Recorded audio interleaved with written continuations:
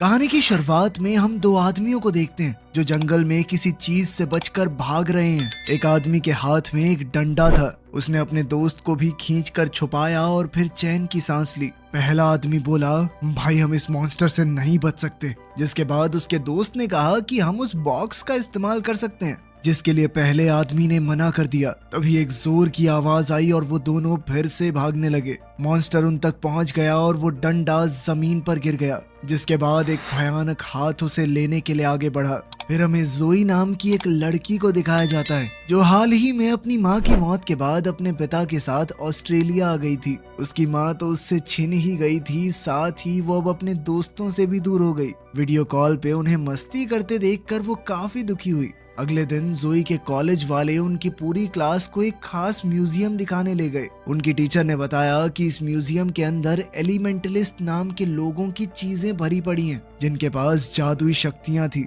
जो बताते हैं उन्हें करिश्माई पेड़ से मिली थी। पर फिर एक दिन एक शैतान जादूगरनी ने उन सब पर हमला कर दिया। हाँ मैम सही कह रही है, मैं भी था वहाँ पे। अवियर नाम के एक लड़के ने मजाक किया, जिसके बाद सब हंसने लगे। खैर म्यूजियम जाते हुए बस में जोई ओवन नाम के एक लड़के के पास बैठ गई, जो पढ़ाई में बहुत अच्छा था, पर उसकी चवड़ चवड़ रुकती नहीं थी, बोलता रहता था हमेशा। तभी एक जामुनी रंग के बालों वाली लड़की ने पीछे मुड़कर उसे कहा, साले चुप हो जा वरना दांत तोड़ दूंगी तेरे। ओवन एक बार के लिए तो चुप हुआ, लेकिन ज्यादा देर नहीं रह पाया। ये देखकर जोई की हंसी छूट गई।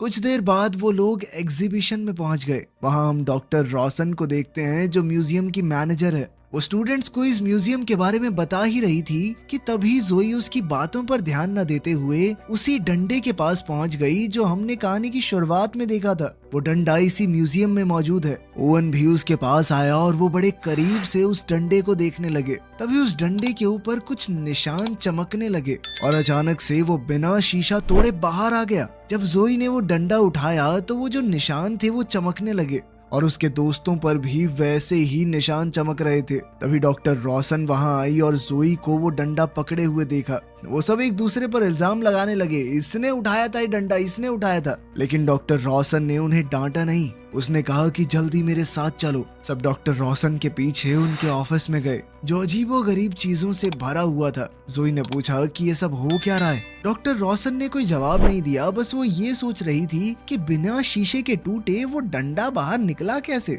जिसके बाद जोई ने कहा कि सब कुछ अचानक हो गया, जैसे कोई जादू। इस पर डॉक्टर रॉसन ने बताया कि ये डंडा ट्री ऑफ नॉलेज से बना है, वही करिश्माई पेड़ जिसने एलिमेंटलिस्ट्स को उनकी ताकत दी थी। इसका इस्तेमाल एक जादुई छड़ी की तरह भी किया जा सकता है। ओवन ने फिर डंडे के बारे में और सवाल किए। डॉक्टर